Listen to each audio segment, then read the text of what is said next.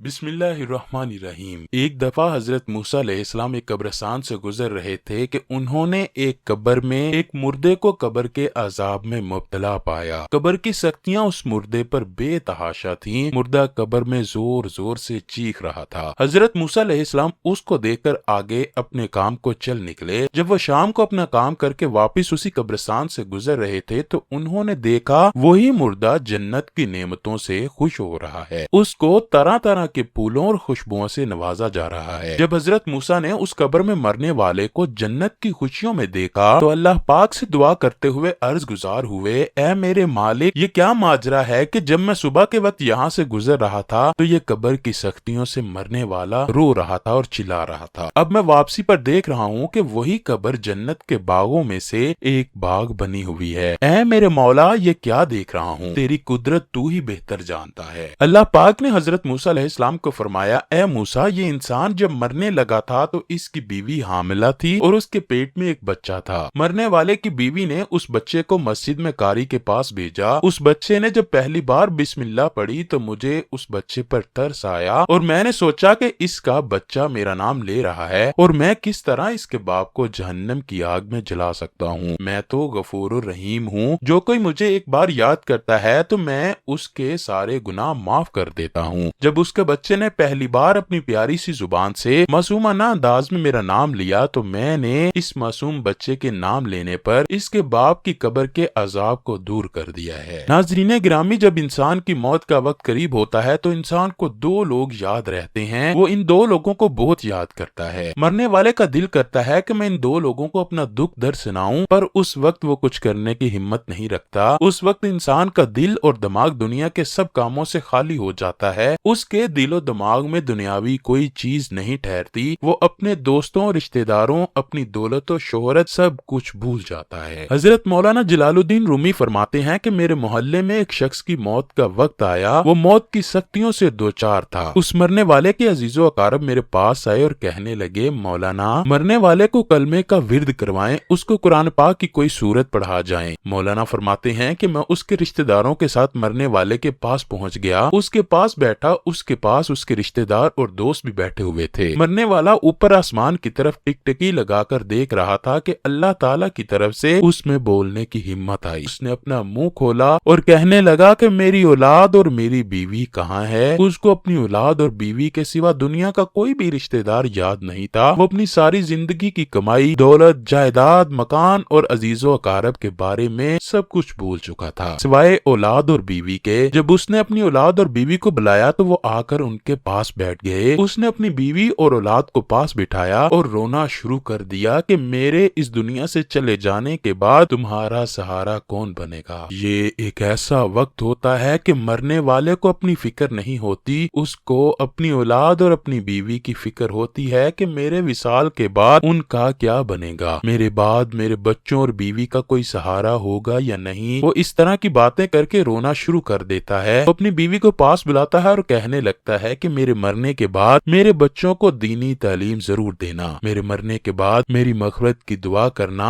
तुम्हारी दुआ मेरे लिए कब्र की सख्तियों को कम करेगी और मुझे जन्नत में दाखिल करेगी। हजरत मौलाना रूमी फरमाते हैं कि वो मरने वाला रो रो कर अल्लाह से ये दुआ कर रहा था, ऐ अल्लाह, मेरे बच्चों को कुरान की तालीम से आरास्ता फरमाना। ये लफ्ज कहकर उसकी जुबान बंद हुई। वो कांपने लगता है और उसी वक्त मलकुल मौत आए और उसकी जान निकाल ली। मौलाना रूमी फरमाते हैं कि उसका मुंह खुल गया, उसके दोनों होंठ एक दूसरे से बजने लगे। मलकुल मौत मरने वाले की जान पैरों से निकालता है, उसके बाद जिस्म के दूसरे हिस्सों की जान निकलती है। उस वक्त मरने वाला पहली बार फरिश्ते और शैतान को देखता है। उस वक्त एक तरफ तो शैतान मरने वाले के दिल में गलत वसवसे पैदा करता है तो दूसरी तरफ मरने वाले के अपने अमल काम आते हैं। अगर मरने वाला नेक है तो वो अल्लाह पाक की तरफ से ही उसकी जुबान से कलमा निकलना शुरू हो जाता है, और अगर मरने वाला इंसान नेक नहीं होता, मुसलमान नहीं होता, तो उसके दिलो दिमाग पर शैतान छा जाता है और उसको मरते वक्त कलमा नसीब नहीं होता। वो मरने वाला कलमा पढ़ने की कोशिश में लगा रहता है पर शैतान उसको कलमा पढ़ने नहीं देता। इस तरह वो कलमा पढ़े बगैर ही उसकी मौत वाक़या होती है। नाज़रीन ग्रामी, आज हम जिंदा हैं, हमारे पास अल्लाह को राजी करने के लिए वक्त भी है। आइए आज से ही नमाज कायम करना शुरू करते हैं, गरीबों का सहारा बनते हैं, यतीमों की मदद करते हैं और नेक काम करते हैं। हो सकता है कि अल्लाह को हमारे نیک کام پسند آئیں اور مرتے وقت ہماری زبان پر بھی کلمات جاری ہو جائے۔ اللہ سے دعا ہے کہ وہ ہمیں نیک عمل کرنے اور نبی کریم صلی اللہ علیہ وآلہ وسلم سے سچا عشق عطا فرمائے۔